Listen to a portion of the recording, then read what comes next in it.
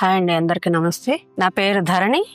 నేను సఫిల్గూడ నుంచి వచ్చాను. నాకు ఇట్లాగా కంటి ప్రాబ్లం ఉండేదండి. 1 month back already right side చేయించుకున్నాను. రీసెంట్ గా మళ్ళీ లెఫ్ట్ సైడ్ చేయించుకున్నాను. క్యాటరింగ్ వచ్చిందండి నాకు, అందుకని వచ్చి ఆపరేషన్ చేయించుకున్నాను. పుష్పగిరి హాస్పిటల్ కి నన్ను మాకు తెలిసిన ఆయన మమ్మల్ని రికమెండ్ చేశారు.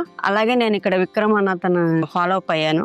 నేను వచ్చిన దగ్గర నుంచి ఇక్కడికి ప్రతి ఒక్కరు కూడా స్టాఫ్ దగ్గర నుంచి నన్ను ఆపరేషన్ థియేటర్లో తీసుకుని నాకు ఆపరేషన్ చేసే మేడం కూడా చాలా నన్ను అంటే అమ్మ అయిపోయిద్ది, ఏమి టెన్షన్ పడొద్దు అని మాట్లాడుతూ చక్కగా కేర్ తీసుకుంటూ మళ్ళీ ఈరోజు చెకప్కి వచ్చి ఆ చెకప్లో కూడా మమ్మల్ని మేడం గారు కానీ చాలా బాగా చూసుకున్నారండి.